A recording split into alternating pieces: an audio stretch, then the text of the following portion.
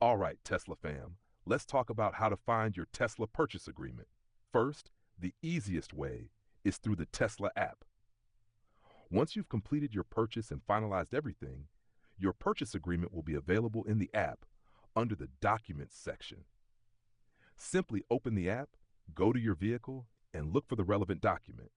Second, if you prefer accessing it online, you can visit Tesla's official website, log into your Tesla account, and under the Manage section, you'll find a tab for your orders and documents. Your purchase agreement should be listed there for easy download or viewing.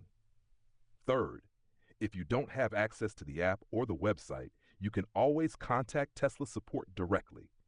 They can help you retrieve the purchase agreement by providing your details, and they can send it to you via email or assist with any other related requests.